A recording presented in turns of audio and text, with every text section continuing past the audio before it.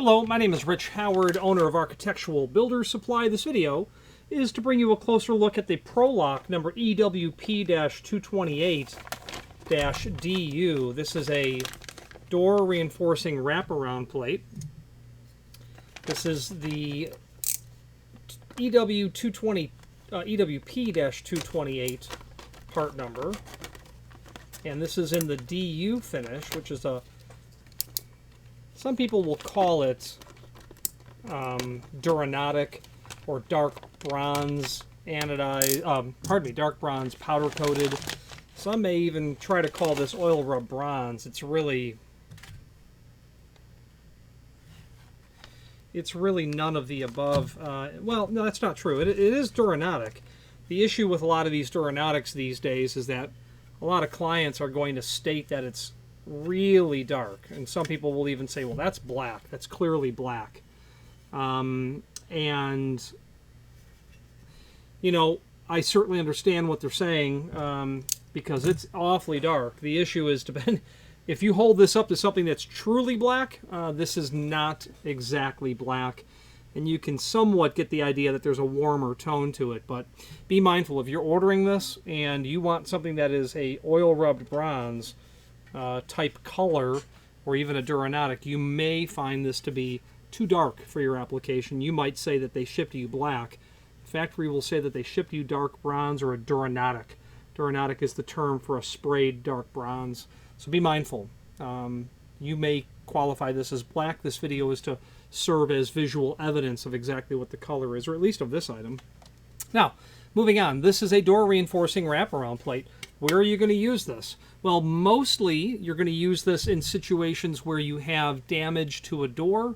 You have a scenario where you need to mitigate either a break-in or vandalism, or an attempt at both. And replacing the door is really not an option, or at least it's not the initial preferred option. Okay.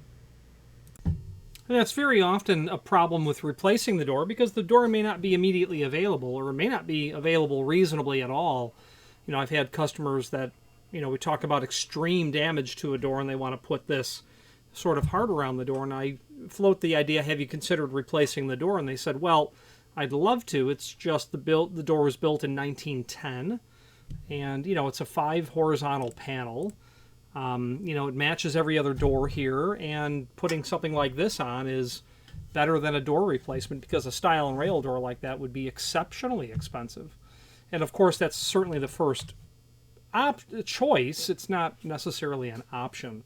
So the EWP 228, that also means some very specific dimensional properties as well. And as I pull it up here so we can take a look at that, according to the manufacturer, this is going to be 12-inch tall. Okay. It's going to be 4 1/4-inch wide. A little shy on that, but nonetheless right in there. It's going to be for a 2 3/4 thick door.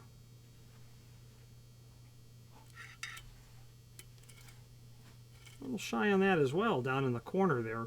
That's not necessarily a problem, because 1 3/4 thick doors are generally not exactly 1 3/4 thick. They're usually a little bit thinner by, a 30 thousandths in that range. But let's put the caliper in here and see what this actually measures.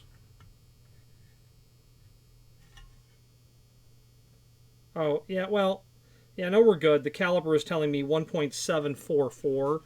1.744, so that's obviously very close. So the overall height and width, the door thickness, these are going to be 2 1/8-inch holes, as I'm sure you can see. Okay, they're going to be 6-inch on center, is what they are. 6-inch center to center. They're going to be at 2 3/4 backset, is what this appears to be. Indeed, 2 3/4 backset. It's a little heavy on that, of course, because we're measuring from the outside of the plate.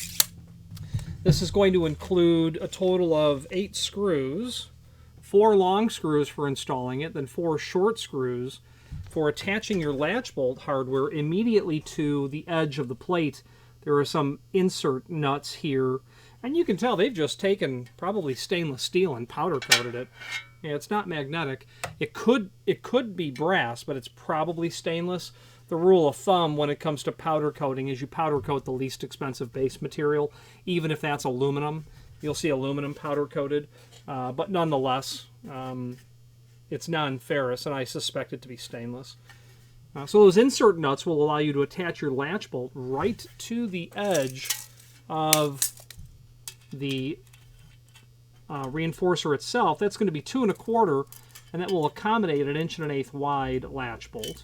And the reason you would attach the latch bolts to the hardware directly, and that's because the door could be so substantially damaged that when you put the latch bolt in the door, there's nothing for it to attach to.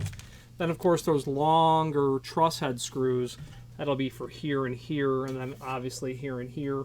Now, when I install this material, I definitely take my time and get the material dry fit first. I will get the locks off, clean off the damage, try to mitigate that as much as possible. Depending on how extensive the damage is, you might attempt some sort of a structural repair before you proceed. You might glue it and clamp it, and you might do other things to help the door become, a bit more intact prior to putting on this, U-shaped reinforcement plate. But you want to make sure the door is still going to close and latch after you install this. And by the way, this is not fire rated. If you have a fire rated door, using this is not permissible. To be technical, it's not permissible. We are not we're not the code police, but just to be mindful, this is not listed or labeled at all for use on fire doors. The reasoning is because the door wasn't tested that way. This is an additional fuel load that the door wasn't tested with. Anyway, getting it dry fit onto the door, getting it on and making sure that the door still closes and latches is pretty important. And make any sort of adjustments at that point so that you have a door, when you get this installed, it's still going to close and latch. You're obviously, accepting a fallback position when it comes to what you would prefer. You're probably mitigating damage with this, so you'll kind of have to work with what you're left with. I have had in the past people order material like this because they knew that the door was going to get damage and vandalism, or it might be a garage door where they suspected or expected someone to try to break in, and they just wanted to have this on there because they knew they were going to put it on eventually, so they'll do a new installation with this material as well. Maybe not necessarily the most beautiful, certainly not the most elegant or attractive of finished hardware, but nonetheless, it's kind of meant to make best of a bad situation, I think. Once you get that dry fit, if you have to make any sort of accommodations to the door, do so. If you have to do some sort of work to the edge of the door to get this flattened back and down and over. They don't tell us the material thickness, but let me tell you that now. My caliper is telling me 0.043. 0.043 thick.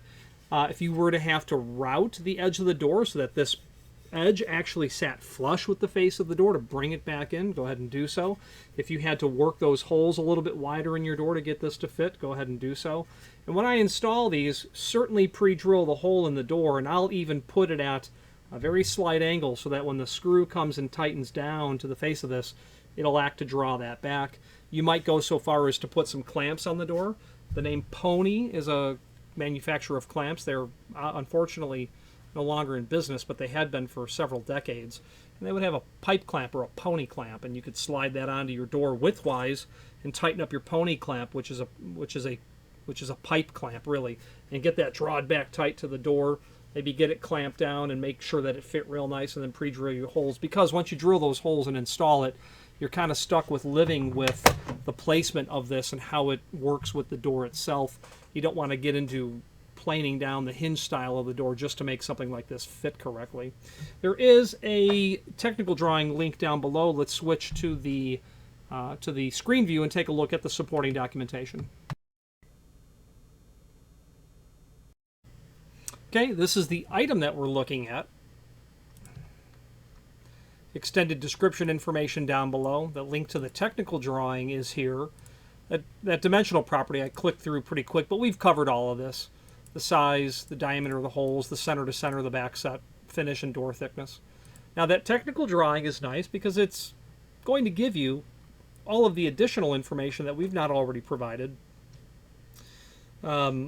So lots of additional information here regarding the dimensional properties of the unit. If you've ever wondered why these little holes are at these corners, you really only need them at what would be the 3 and 9 o'clock position. It's because lock sets have knob locks, will certainly have it, lever locks may even have more hardware, but a couple of small little prongs that will bite into the face of the door to help with the anti-rotation of the chassis of the lock itself. If it was not prepped for these little semicircles, you need them at 12 and 6. I don't know why they're at, pardon me, at 3 and 9. I don't really see them at 12 and 6 ever. There obviously is probably some sort of residential lock that has those little divots on the lock chassis or underneath the rose mounting hardware in those locations. But if you didn't have these little circles here, you would find it brutal to get the lock installed over this. So that's why those are there, because they need to be. So let's switch back to the item we're looking at. The link to the manufacturer's page is here. And let's copy our part number, EWP-228. And let's pull up the entry armor catalog, is what ProLock calls it. And we'll search for our EWP-228. And you're going to see they have it listed here, available in polished brass and stainless. They don't list DU. This catalog's likely quite old. Or in black. They probably offer it in black as well. But when you open up that entry armor catalog, you'll see a whole slew of related products, reinforcing plates in all different sorts of dimensional sizes and requirements. They're also going to get into ones that are a bit more exotic in the sense that they're for very specific lock types, is why you will see all these function holes. Okay. They list what lock they're for over here. Obviously, a very common unit will be the Simplex Kaba knob lock, the EWP 660. Wherever that is listed right here, incredibly common. If you have the mechanical combination Simplex or Ilco Unican, Simplex Kaba Unican, whatever they call it, it's a Simplex lock. That's the one right there, very typical. These Schlage Cobras have been long discontinued, but they might still be available. Latch guards as well are in this catalog, a pretty competent, complete offering of latch protectors from them. Security strikes, as you can see, and more hardware meant for securing residential and commercial doors. That link to the manufacturer's page will also allow us to review not only all of the ProLock products that we sell, but also a link to the manufacturer's website, as well as a link to their full product catalog. And the name ProLock is actually far more synonymous with locksmithing tools, and in particular, this item right here on their cover, that's called the Blue Punch. That is a tool, that's a family of Blue Punch tools that will allow you to cut keys, to originate keys by code. The Blue Punch is an industry standard when it comes to locksmithing shops. Every one of them, every locksmith shop will have one of these, and even people that don't necessarily operate as locksmiths may have these as well. Lock installation kit is here. In the world of ever decreasing availability of lock installation kits, ProLock still offers one, and it's right here. The rest of this catalog will really get into all of the other types of hardware as it pertains to these, not only these locksmithing tools, but the installation aids are all listed here as well, templates and whatnot. That entry armor catalog is repeated in here, as we can see. Now you get into the raw locksmithing tools, automotive locksmithing tools, etc. So if you're a locksmith, you're most certainly familiar with the ProLock name. You may not be aware of the fact that they do door reinforcing wraparound plates and latch guards, but there you go, entry armor. A ProLock MAG cross-reference. The name MAG was a company that was in business for several decades, and they are no longer. So if you're looking for a MAG item, you can use this cross-reference to get to a ProLock item and maybe even a Donjo item as well. Let's wrap up this video on camera.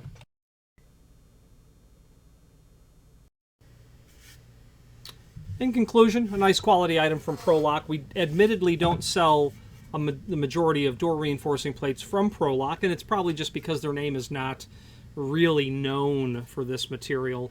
And I don't know how long or how many years they have been making door reinforcing wraparound plates, but it's not nearly as long as MAG. MAG was in business probably since the mid-century, mid-20th century, and Don Joe's been doing it for decades. So that's maybe why you don't bump into it. But nice quality material. I wouldn't really see any reason to not use it. And they don't call it oil rub bronze like other people do, so that's definitely a good start. And that's all. They are generally kept in stock. There's generally not too much of a lead time with material like this, but nonetheless. If you have any questions on the EWP-228 in a DU finish or any other ProLock entry armor product, please feel free to reach out to us. And thank you.